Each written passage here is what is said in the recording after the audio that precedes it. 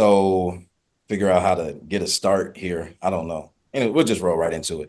Welcome, Reel it back in. Reel Yeah, it back. we'll just reel it back in. Just bring it on back. But part two.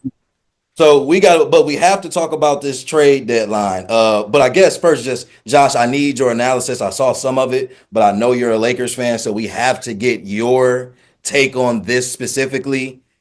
Take us through your entire process for this Luka and AD trade, and what are your thoughts on it? Well, so like a lot of people, I happened to be awake at the time the news dropped, and I thought the trade was fake. I thought this is Bleacher Report playing with us. They playing in our face. They would never.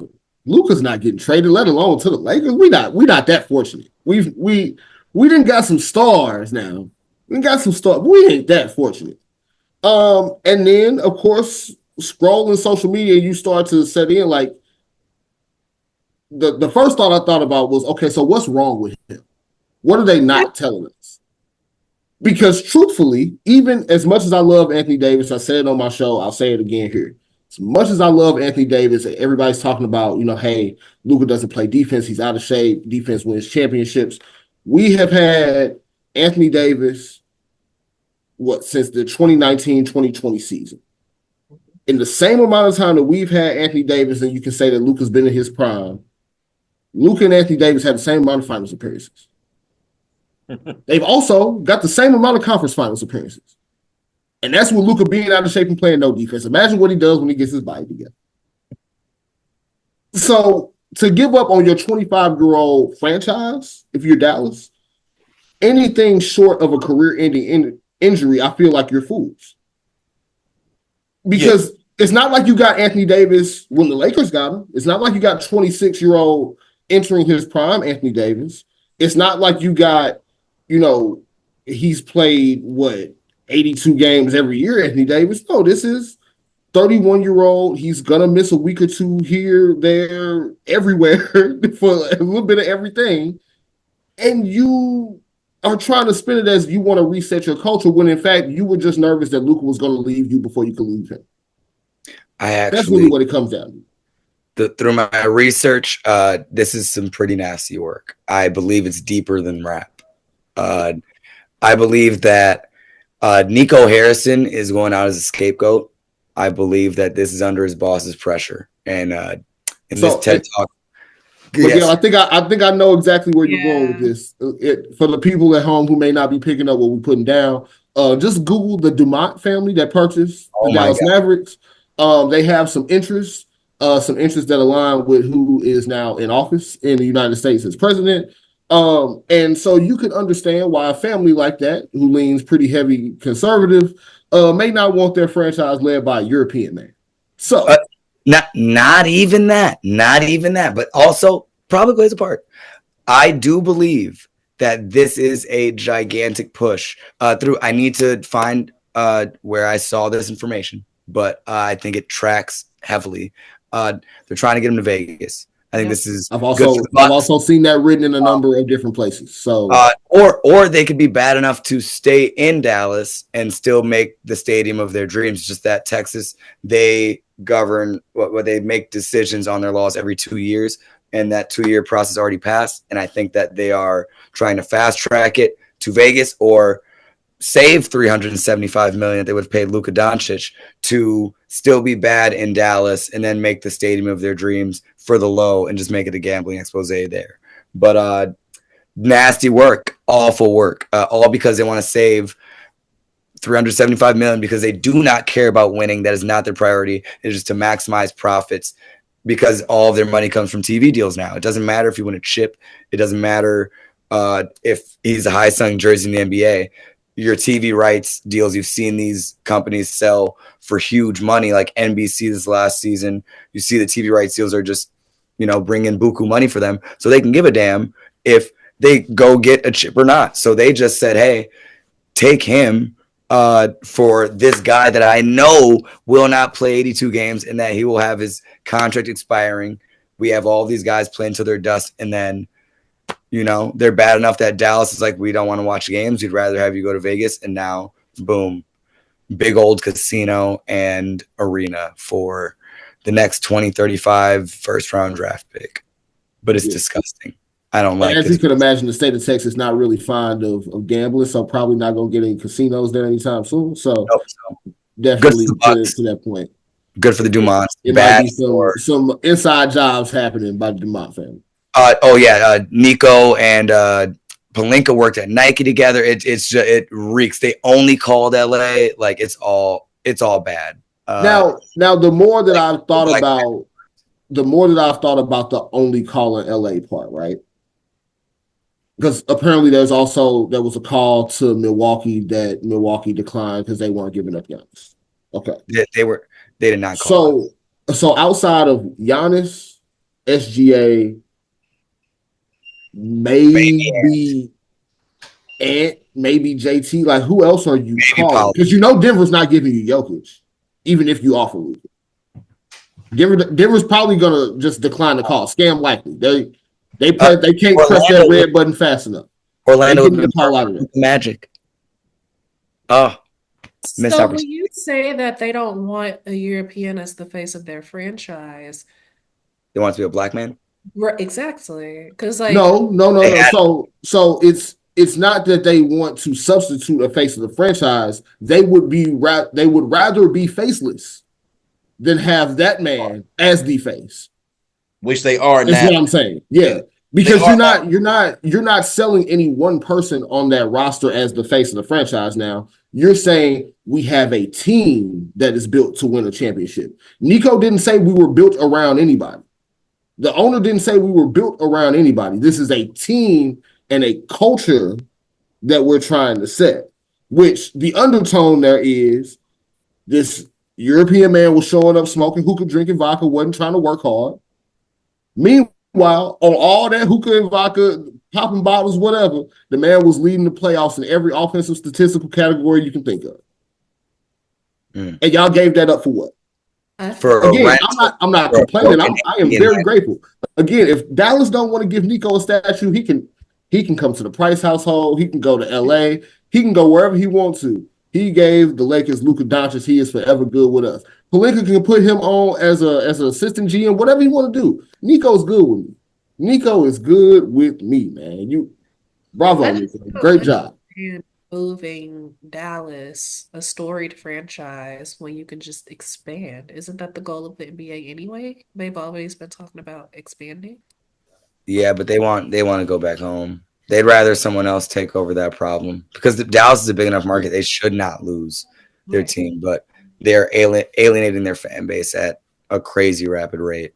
Yeah, and I think what you're going to start to see in the NBA up until the point where we actually do get the expansion teams announced and things like that, you're going to see teams in the NBA use Vegas, use Seattle the same way teams in the NFL before the Rams moved use LA as leverage to try to get stadiums, try to get their cities to do things for that franchise because they know that the leverage is available.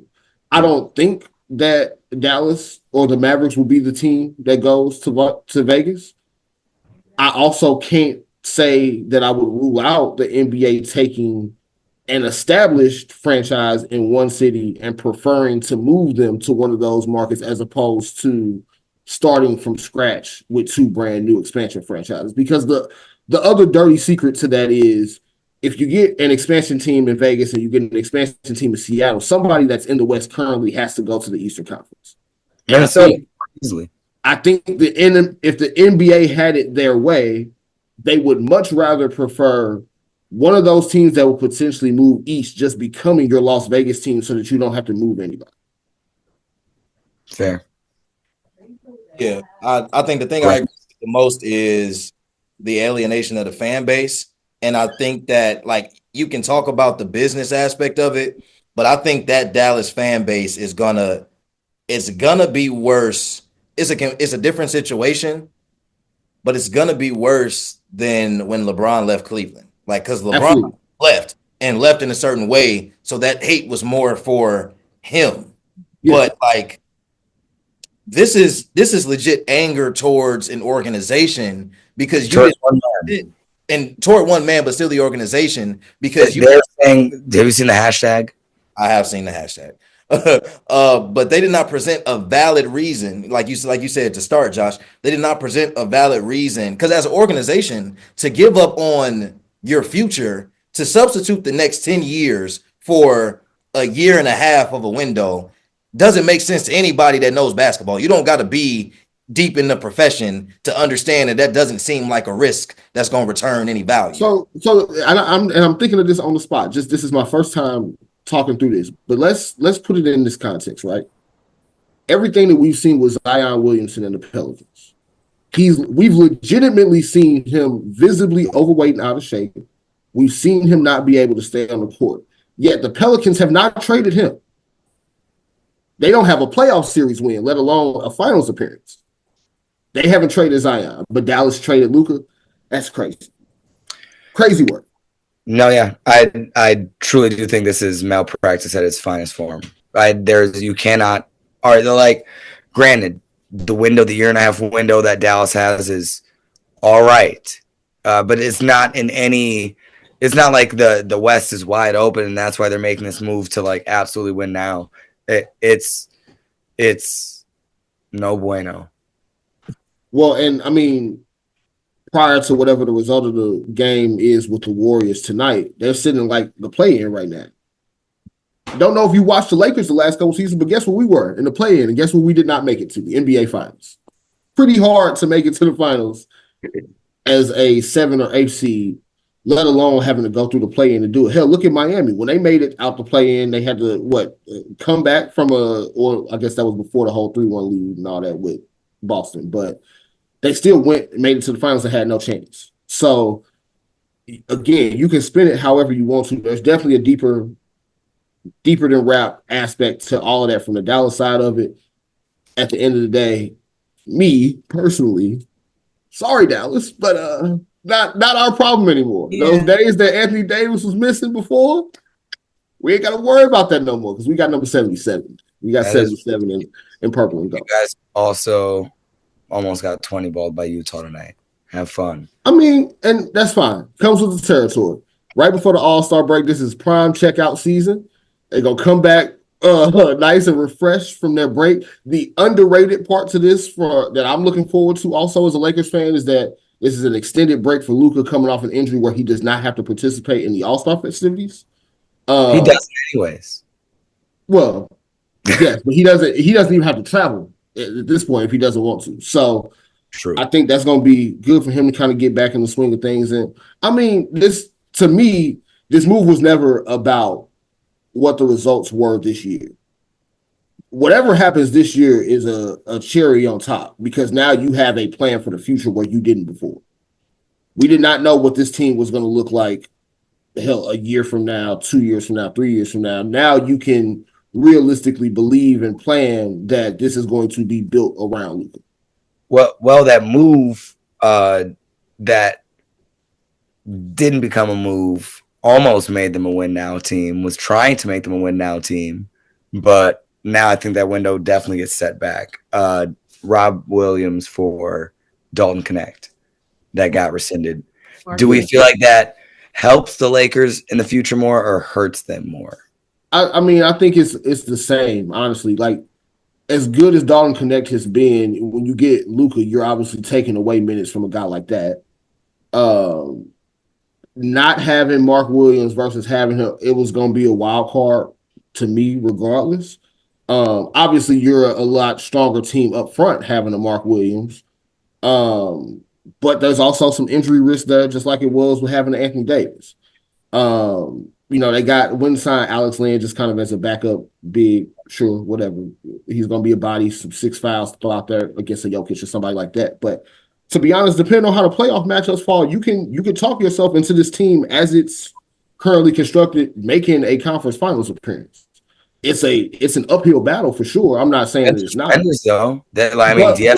So we also going into the playoffs last year didn't believe that Dallas was the team that could just make it to the finals like that. So I think it's all matchup dependent. I would still take Oklahoma City versus the field right now, but that's also a team that we saw that couldn't make it out the second round themselves last year. So anything can happen in the Western Conference. And if I have LeBron James and Luka Doncic, I'll take my chances on figuring it out.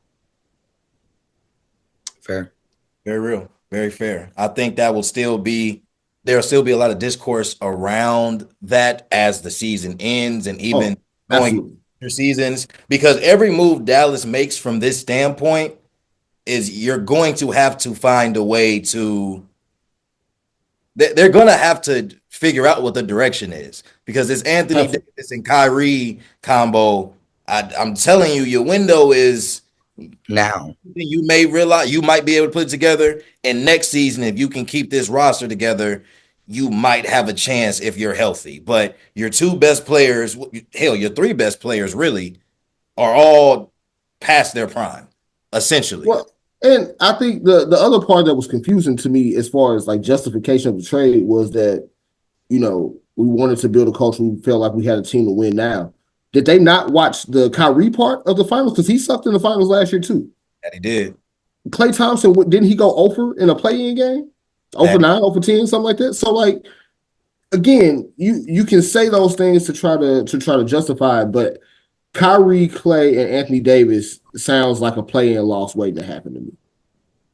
You're gonna have some very exciting moments where it looks like, hey man, the old dudes might be putting it together, but then Klay's gonna have a 1-for-7 somewhere down the line. You're gonna get an Anthony Davis, he left the game in the third quarter because of a shoulder or ankle or something like that. It's bound to happen. So Dallas, not so. There's a trade deadline deal that I was absolutely just for one team. I was just flabbergasted. I don't know how far we're gonna go into the deadline. I know we're getting late, but we can talk that one. We can talk that one right now. So the De'Aaron Fox trade, right? I love that for the Spurs. They got rid of nothing. They got rid of nothing of meaningful. Trey Jones and Zach Collins, and you kept your entire core. The best pick that they gave up was not even theirs. Not even theirs. Insane. Spurs, fantastic. A+. Kings, you got Zach LaVine to help replace some of De'Aaron Fox's scoring. You still a team that can give people rough games night in, night out, even if you may not be a full-blown playoff team. You still competitive. Great. I would really love to know what the Chicago Bulls were doing. Not even a first rounder for Zach. Nothing. So you gave up Zach LaVine, who was averaging. I don't have the numbers in front of me, but I'm assuming at least recently he was on a tear, averaging close to 30 a night. But for the season, probably somewhere 20 to 25 a night, right? You got Kevin Huerter, who I mean. You could tell me he hasn't been good in 4 years. You could tell me half the time Kevin Huerter's on the court, don't even know he's out there. And you got back your pick for this year, yet you're not quite bad enough for that pick to really be where you needed to be to get a difference maker. I have no idea what the Bulls are doing. No clue. No idea. The Bulls are, and not that I'm mad at the Lonzo extension, it just confused me because if you ship out LaVine, I'm thinking you blow it up. Tear it down. We're taking it down to the studs. Get rid of Lonzo, get rid of Vooch, get rid of everybody not named like Josh Giddey. The Lakers were definitely trying to look at Vooch. Well, I mean, Vooch wouldn't have answered the Lakers' problems. I mean, you need defense and rebounding at the 5, and that's kind of the lowest end of the total for what Vooch is trying to bring. He want to go get buckets. So I don't know if that really fixed the Lakers' problem. It would have been a nice, little boost to the floor, maybe, but I don't think it raises their ceiling. But for the Bulls, I think if you're going to, you either have to go all in on blowing it up, or you have to keep Zach LaVine and just say, forget it, we'll figure it out later at that point. If you're going to be a play-in team anyway, because they're not bad enough to get into the actual, Cooper Flagg, Ace Bailey discussion, and they're not going to be good enough to, even if they make the play-in and happen to get like an 8th seed, you're not scaring anyone in the top 2 seeds in the East. Yeah, agrees. Chicago was very confusing. I think Portland was another confusing team at the deadline, deciding to not make any move. And granted, they've been playing good basketball as of late, but I just still don't think that their current roster construction screams anything about trying to make progress in the near future. So they need to get off of some of those contracts. They need to figure out an identity. Well, Phoenix is a completely different conversation because whatever they were trying to do, they on rocky waters in a lot of different ways to begin with. So, Oh wait, did their trade not go through either? what's Because your it's Cody Martin, Yusuf Nurkic is still Oh in. no. I thought that was a done deal. Maybe I'm wrong. Cody Martin, he is a question mark for his health. Oh, well that So that changes trade some may be things. rescinded. I was more so referring to them shipping KD without asking KD or talking to Yeah. KD. Yeah, all of that was That's weird. It was, that you actually kind of led me because that whole subplot of the whole we might go back to the Warriors. Well, KD said he talked to Steph and he don't want to go back. Like, it's a lot to unpack with that.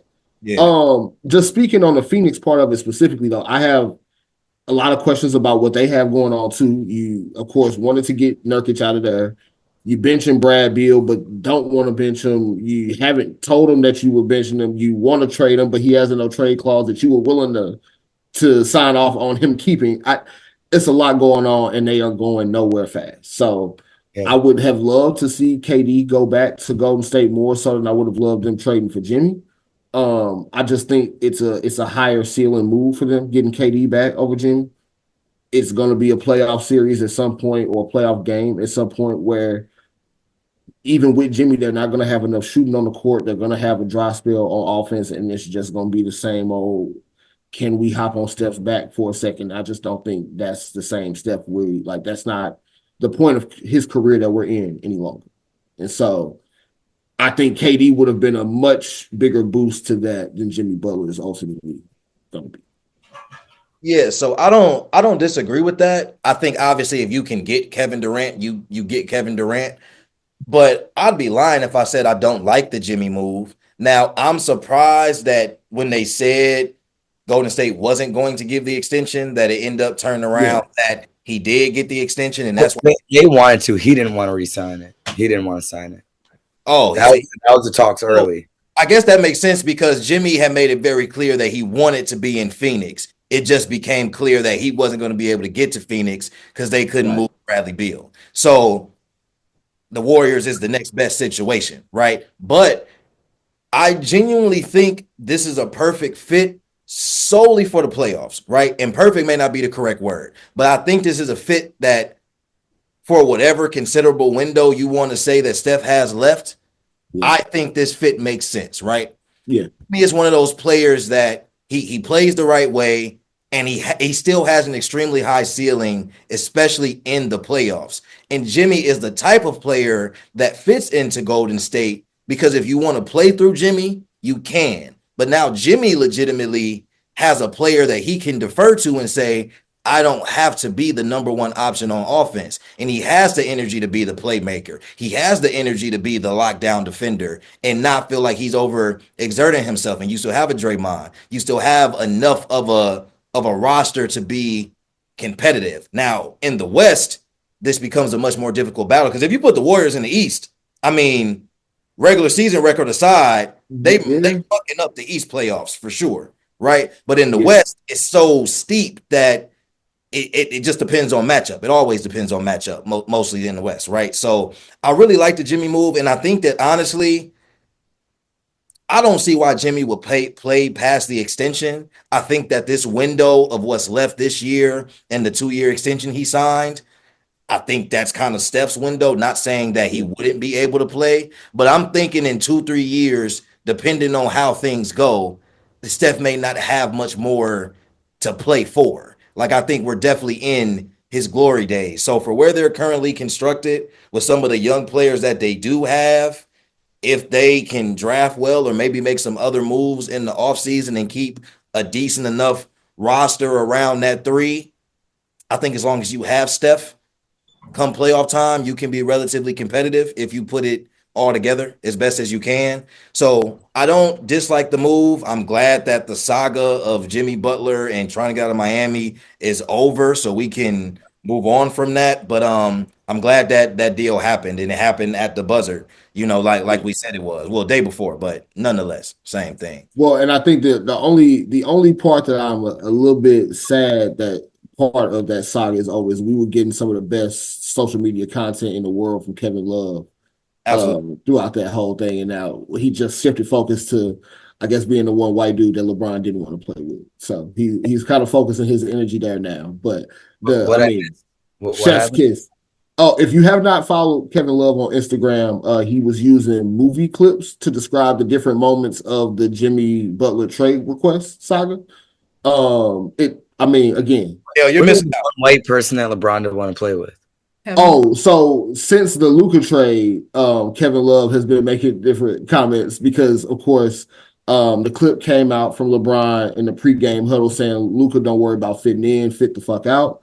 If you remember back in 2015 when Kevin Love was part of Cavs, this is a tweet that Kevin Love reposted himself, said that everybody should worry about fitting in instead of fitting out. And so Kevin Love kind of took that as a little bit of a shot to the chest, and since then has just kind of been continuing that whole spiral Yeah. in LeBron's comments. LeBron posted a picture of him, Luke, and Reeves on the court the other night. Said, I'm lucky to be playing with these two 15 and 77, two cold white dudes or whatever he said. And Kevin Love's comment was, I guess I was just a zero. Yeah. A little bit of play on the number thing. It was great. Kevin Love has been a joy to watch all social media. Deleted the Instagram off my phone, so I got to get that back. That's why I haven't posted much on there. So That is soon. all great to know, Miguel. Thanks for telling Soon. Oh. I was taking videos of the Tyler concert. I feel so bad because we suck on Instagram and we No, it's fine though. It's fine. Like TikTok, we're taking over new frontiers.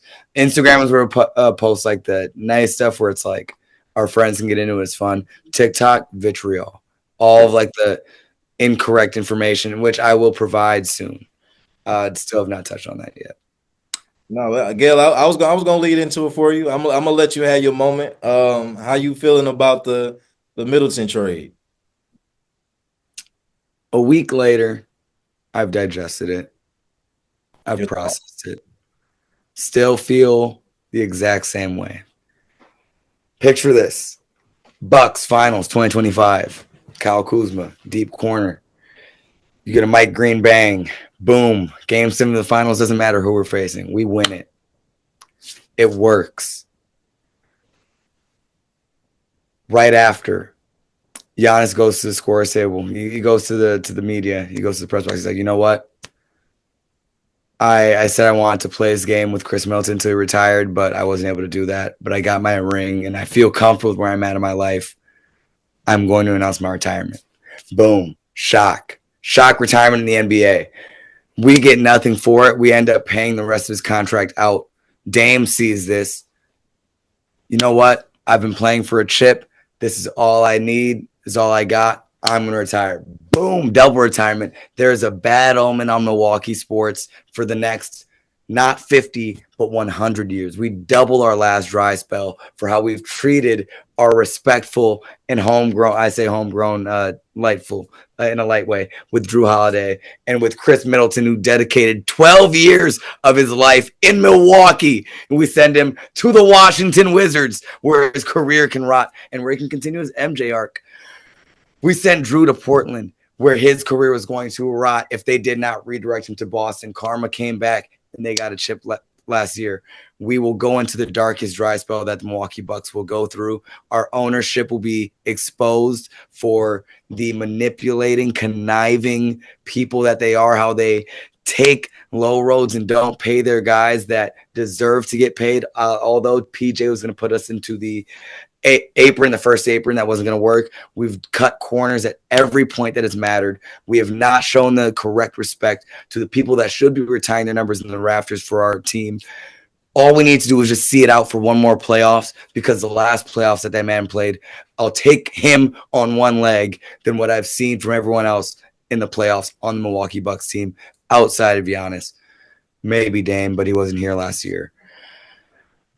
I'll see you when I'm 129 for that chip. Hopefully I could be that little floating glass with water filled up like in Futurama, and I could still give my content from the ventilator in the iron lung. But we're going to get that chip. That's going to feel nice. Kyle Kuzma's got to save another GOAT's career. So Shouts out, Mr. RFK Jr.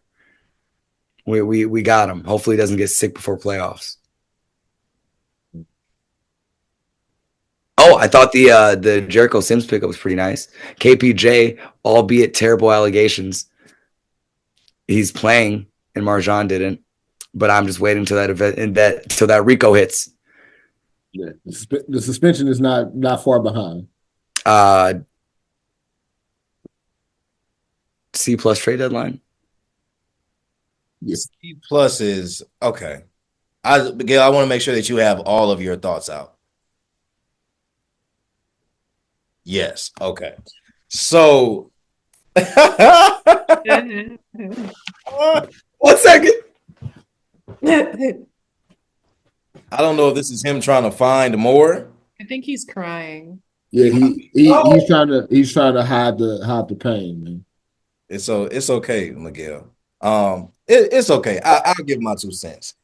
I understand that Miguel, like many of the Milwaukee faithful, did not believe that the trade was worth it given who we got, right? But ultimately, at the end of the day, I don't think anybody is arguing that fully healthy, that Kuzma is better than Middleton, right? But the truth of the matter is the last 2 to 3 years, Middleton hasn't been healthy. He just hasn't. He hasn't been able to be on the floor. He hasn't been consistent. He hasn't been in practice.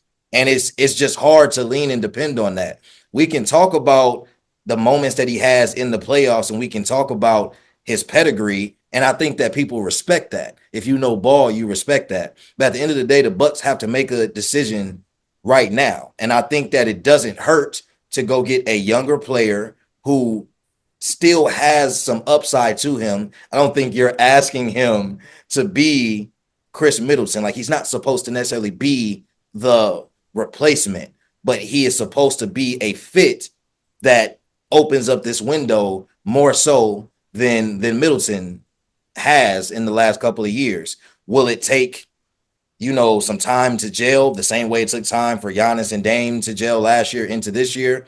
Absolutely. So it doesn't guarantee us anything, but having Middleton didn't guarantee us anything but continuity. But at that point, he's not playing consistently, so that continuity isn't there. Is it a tough decision, I would imagine, to, decide to move on from Middleton? Absolutely. But was it the wrong move for the Bucks? Is it a C plus? No, I'd give it a solid B. I think a lot of people are just How dare you? You shut your mouth. That's disrespectful. How's it disrespectful? Chris Middleton gave us a ring. He did. He's not that same Chris Middleton. Kyle Kuzma gives us a ring, this remains a stay in my business, though. Let me get out of Milwaukee business. What did you say? Ashley? Say it louder. Let me hear it. Let me get out of Milwaukee's business. No, say it one more time. I need to hear it. What did you say? Let me get out of Milwaukee. No. Before you said that, what was the quote? I'll stay in my St. Louis business. Before that, you didn't say anything else disrespectful about Chris. I was ready to just. Nobody's talking bad about this man. I need to check anyone that says any bad word about Chris Middleton. He's not that same Chris Middleton. He's not. What do you mean? You know it. What do you mean? I saw that Pacers series last year. That looked like the same Chris Middleton to me. Are you baiting? Hold on. Are you baiting for a TikTok moment? Only one healthy. He was the only one healthy. No, he wasn't. Giannis and Dame weren't there. Where were they? He was playing on one ankle. I was going to say he had surgery on both ankles in the same offseason. I think that's a pretty telltale sign that he's not the same person. Yeah. What does the last name in the back of the jersey say? Sounds like the same person to me. Kuzma looks a lot different to me. That sounds like a different person. I mean, Milwaukee's a lot more sentimental to me. I probably, if I'm being honest and earmuffs Miguel, I probably would have traded Chris Middleton instead of trading Jrue Holiday. Who else said that, Miguel? Who else said that? Who else said in a hypothetical scenario where one of them had to go that we should have traded Middleton instead of Jrue? Steve, if you don't recall, I said that I like the pairing of Jrue and Dame more than I did Dame and Giannis or Dame and Chris, but that trade wasn't going to happen because of what Giannis has said previously about who he wants to finish careers out with. And like I said, when my omen comes true, don't come crying to me about why did Giannis retire. Told you exactly why. Stop being selective. Take your bite. On my eye. No, take I it, am too far today. take it. I am who I am. I'm gonna play a game. Take your bias out. Middleton's trade value declined, obviously, after the injury and after not playing. And after the contract. So that too. And so the only reason we traded Drew was because that he had the higher trade value. I also don't agree to the second contract that we signed Middleton to. I think the 3-year, 90 million contract did not make sense at all, especially given the injury history. So I feel like we had already shot ourselves in the foot, but we had also, the Bucks already had showed their loyalty to Middleton by doing that. And they gave him chances. McGill, they gave him a year and a half to try to get back healthy, like give him these chances, trust that he'll be ready for the playoffs. And it just didn't happen. Like, are things different if Giannis and Dame are both healthy last year?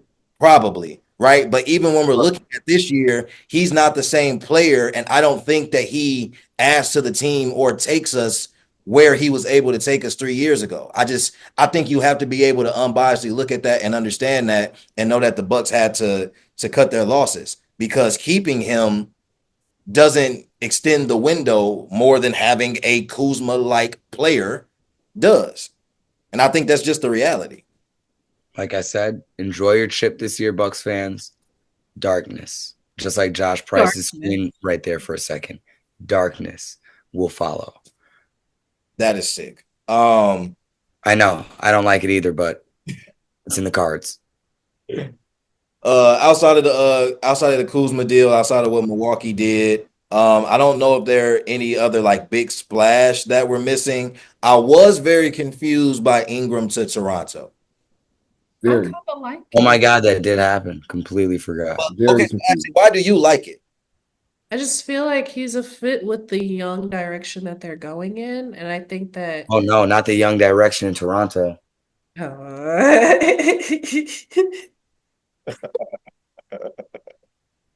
him out. I have an appreciation for that. Hold on, my nose is running now. If you watch part 1 of this episode, you'll understand why. Hey, all I would say about Toronto, man, this is Masai Ujiri is just he playing all his chips at the craps table, man. He is. That man was up. I'm talking about he had hit jackpot after jackpot after jackpot, leading all the way up to Kawhi getting you a finals trophy, a Larry O'Brien. And now you just out here trading for every young small forward that the first team didn't want. Yep. Because Scott, like, I think we were all surprised by the Scotty Barnes contract. I mean, granted, this is the money that they're making in the NBA now. Yeah. But didn't they also pay somebody else in the offseason? Was it? Well, so they paid Scotty Barnes. They extended RJ Barrett. They extended Emmanuel Quickly. They are now going to extend Brandon Ingram. And I think in a vacuum, the thought process of, okay, get young asset on a reasonable deal, let him come here, ball out. I can either flip him later or he's going to contribute to winning for my franchise. Exactly. Problem with that is all these dudes play the same position and you're trash. Your team stinks. Y'all are on y'all way to a top 5 lottery pick with these guys on the roster. And there's not another roster that wants them bad enough to send you anything worth having for them. So you're going to probably be stuck with a lineup that is Quickly, Barrett, Ingram, Scotty Barnes, and Pirtle, and you'll put up 130 points a night, and you're still going to be like 20 and 62 to end the season. I get it. But it's like, did we think, oh, yeah. That's the other one. That's the one we were thinking about. That was a beautiful trade.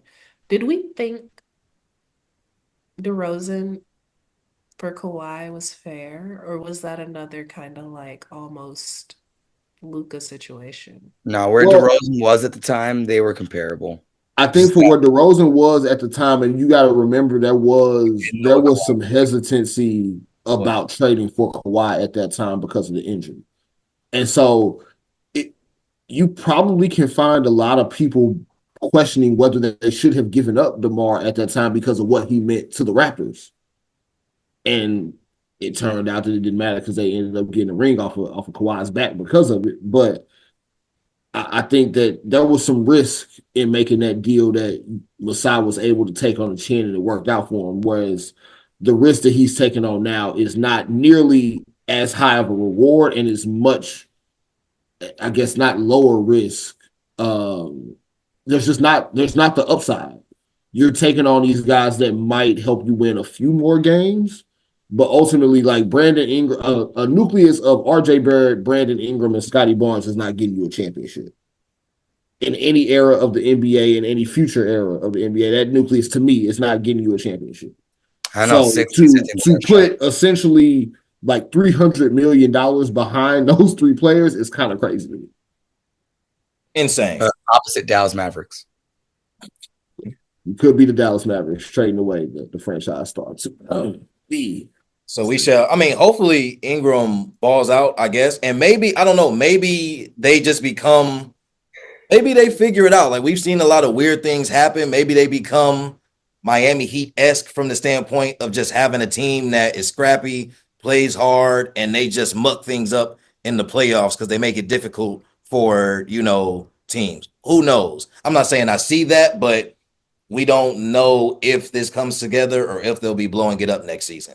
More than likely the latter, but weirder things have happened, right? Bogey to the Clippers, too. Forgot about that. I did like that for the Clippers. I'm not usually a fan of things that the Clippers do, but I got to say, turning Terrence Mann and Bones Highland into Bogey is a great deadline deal because Bones Highland is questionable to me. You left Jokic willingly.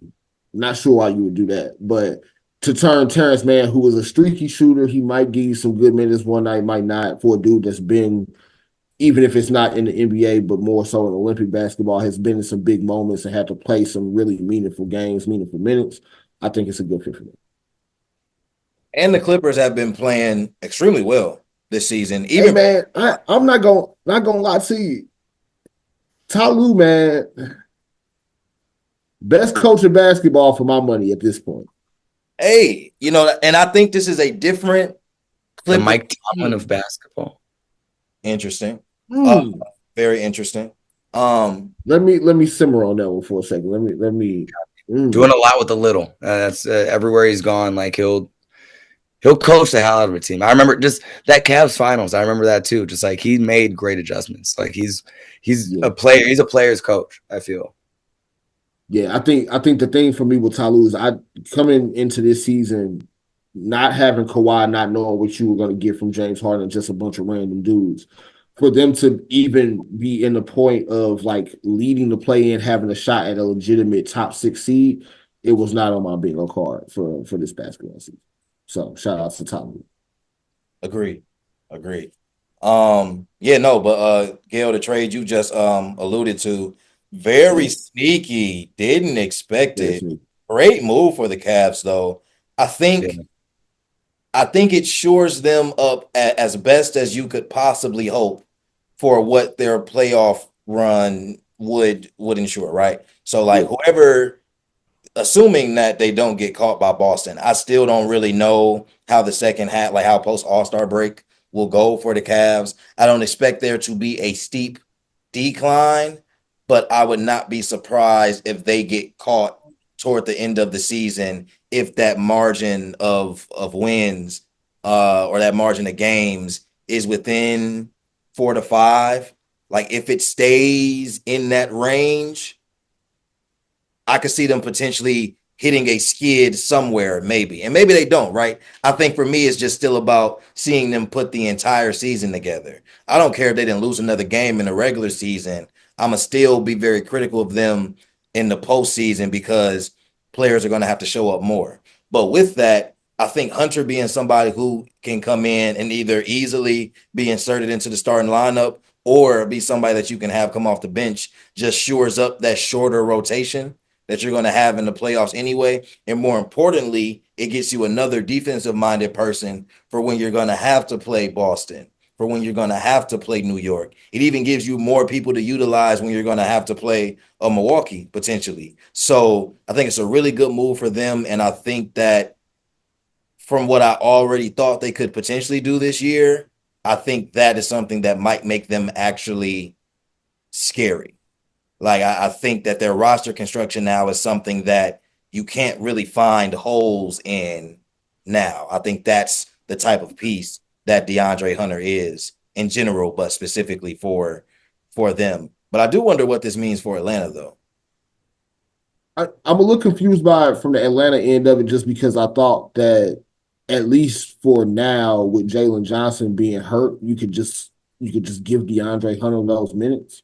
Atlanta also doesn't have their pick this year. Like I believe the Spurs either still have it or that's the pick that they used to get De'Aaron Fox. So Sacramento may have it now, but either way, they don't have their own pick. So you making your team worse doesn't help you at all on the back end this year.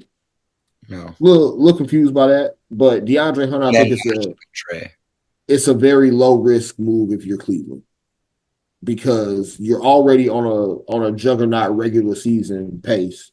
Whether you actually put it together and make it to the finals this year, sure, whatever. If it works out, great. If not, I mean, you could be the years where y'all didn't have LeBron and y'all were going 20-62 every year. Could be much worse in Cleveland.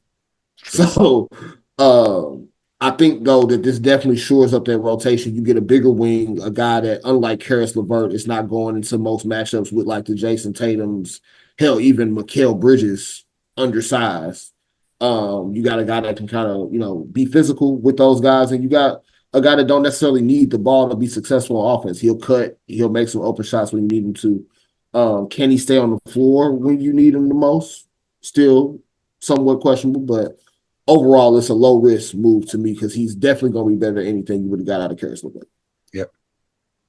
Yeah, I agree. I think those are all the like major moves at the deadline, all the ones that really matter for the most part. But now that one of the craziest deadlines in my following of the NBA, I mean, we've seen a couple big deals happen, but starting from the Luka AD trade, between that, Fox going to San Antonio, Jimmy finally getting moved, like you said, the whole Durant saga of it all, Michael Jordan saga.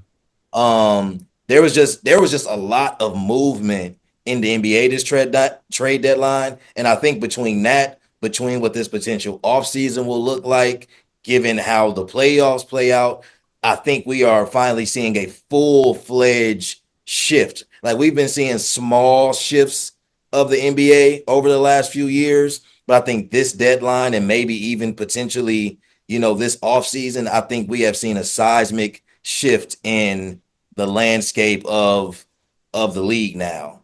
So it shall be interesting to see how this plays out. But the last thing that I will pose to you all is, how are we feeling in general about the league as we approach the mid-season point, all-star break? But how are we feeling about how things will look post all-star and what the playoffs have the potential to be?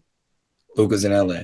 Yeah, I think they got people's attention now because it was boring at first. I'm back. Yeah, Arrow definitely pointing up. If you think about where the NBA was maybe a couple months ago, you had people questioning the ratings. What does that mean for them long term? And now we spent most of Super Bowl week talking about an NBA trade, not even basketball, talking about trade. So you got some real momentum now. I really wish they would, and shout out to Unrivaled Women's Basketball.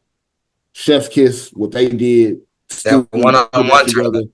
Yeah. The one-on-one tournament specifically, I would love to see the NBA just take all-star game instead of doing 5-on-5. The 24 all-stars that are voted in by the coaches and fans, y'all play king of the court one-on-one, $5 million is the prize at the end. Just do it. Just do it. Just do it. Three dribbles, call your own fouls. Well, let's go for it. And y'all mic'd up because I want to hear the shit talk. I see. Because we're never going to get the NBA All-Star game to feel competitive in the way that traditional 5-on-5 pickup basketball feels, right? Let them play one-on-one. Because while there are going to be some guys that shy away from the, hey, I'm just out here to have fun, you gonna have some dudes out there that want to kill guys for some money on the line in the world to watch.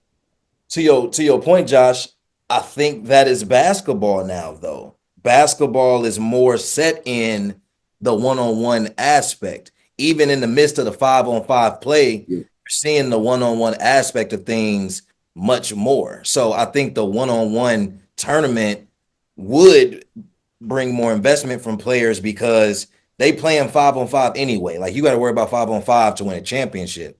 But for something that's supposed to be fun, for something that's supposed to be considered a break in the season, like I think the one-on-one tournament will feed families, but I highly doubt that the league Oh, the players, it's gonna take a lot for the players to sign off on doing it because unlike, and this is where I give Breonna Stewart a lot of credit, unlike her, there's not gonna be too many of these veteran dudes that's willing to put themselves in a position to potentially get beat 12-0 for the world to see by some young up and coming star, right?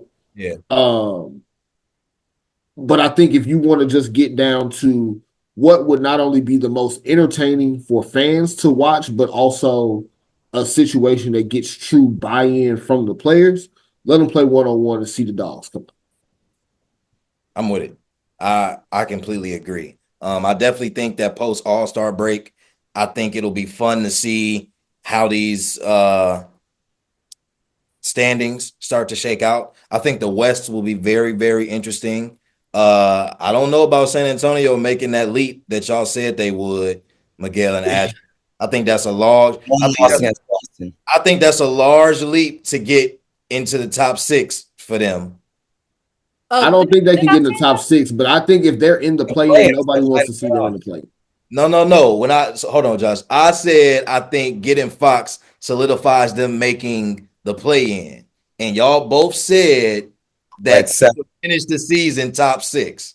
Oh, yeah, I still got him. all right. If you say so. Now, I'm not saying it's impossible because the West is so stacked and close together.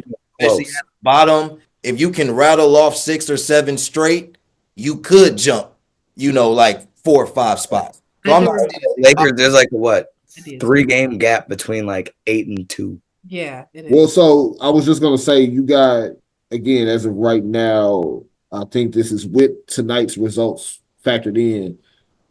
Everybody that's in that 7 to 10 range is either at 26 losses, or Minnesota, who's at 7, is at 25 losses. So, I mean, and Phoenix right now is 26 and 28. They are 11th. Spurs are 23 and 29th and 12th. You got a little bit of ground that you got to make up if you San Antonio, but you also got some teams ahead of them that I'm not sure about. You got Phoenix ahead of them right now. We don't know what the second half of the season is going to look like for them. Golden State just traded for Jimmy, so maybe their arrow is pointing up, but Dallas is not going to have Anthony Davis for another month. Sacramento is Sacramento, so we don't know what's going to play out with that. So I can't say that they don't have a chance, but to say that they're definitely going to make it through the play-in when they may have to go on the road as a 10 seed to win both of those games, I'm not quite as sold on that. It would be Wemby's window. This would be his time. I believe we've seen crazy things happen before, so I'm never going to bet against Wemby at this point. Silver medal in the Olympics. I got faith that when it's time. I'm definitely not going to bet against Wemby. If there is any team that in that mix that I would feel confident saying I have no belief that they're going to really be in the playoffs when it's all said and done, surprisingly enough, it's Phoenix, because I thought Phoenix was going to be able to at least patch together a top 6 seed, even if it meant it was going to look ugly at a couple points throughout the year. Right now, I don't think there's any shot for them making it. Yeah, no, I agree. But man, no, so much to talk about. Super Bowl has happened, so there will be off-season things that will come up. What? Right. Once the draft comes around, once that off-season gets rolling, we'll be back to football. But as of right now, with All-Star break coming up and the playoffs on the horizon, we are definitely in full throttle for basketball mode, which means come playoff time, you will see Josh back on here again. So it's definitely happening. Hey, look, y'all got to come invade the price check one time too, man. I'm putting this out on wax now. I have not done a podcast that I've had 3 guests at the same time. So feel like y'all got to put y'all name and history here. Okay. On the price check records. Y'all will be the first group of 3 to ever come on the show. So we got to make that happen at some point in the second half of the NBA season. Let's do it. Ready. You let us know, man. You let us Yeah, know. for sure. But no, definitely appreciate y'all having me, man. It's always fun. Definitely was a blast. Again, shout out to Christian. Not shout out to Kansas City. Shout out to him though. St. Louis still the best city Missouri has ever produced. Look, Miguel, we stay out the Missouri beef. That ain't got nothing to do with us. I mean, as somebody that's driven through the state of Missouri, I commend St. Louis for looking the way it does. I'll say nothing else. As you probably should not at this juncture. Hey man, look, just come on down, man. We get y'all some emos, get y'all some gooey butter cake, and call it a day. The roads from St. Louis to other parts. And now look, our roads you don't come for the road. Don't worry about it. Don't come for the roads. I promise. The rest stops were quick. Yeah, look, you smart man. Way to think on your feet. Keep the head on the swivel, man. Man, in the streets, we understand. Do not walk with headphones in. Turn around every other couple of seconds to make sure no one's following. The YN culture is thick in St. Louis. I see a shiesty. Cross country's back. Might go for lot of shiesties, a lot of book bags. Just saying. You just gotta come to my parts. If it's not a clear book bag, I'm not. A lot of shiesties, a lot of book bags. What's in there, buddy? Going for a brisk walk. Right. We gotta go. But until the next episode, we will catch y'all next time. Not at the rest stops in Missouri, though. I'm gonna tell you that. Peace.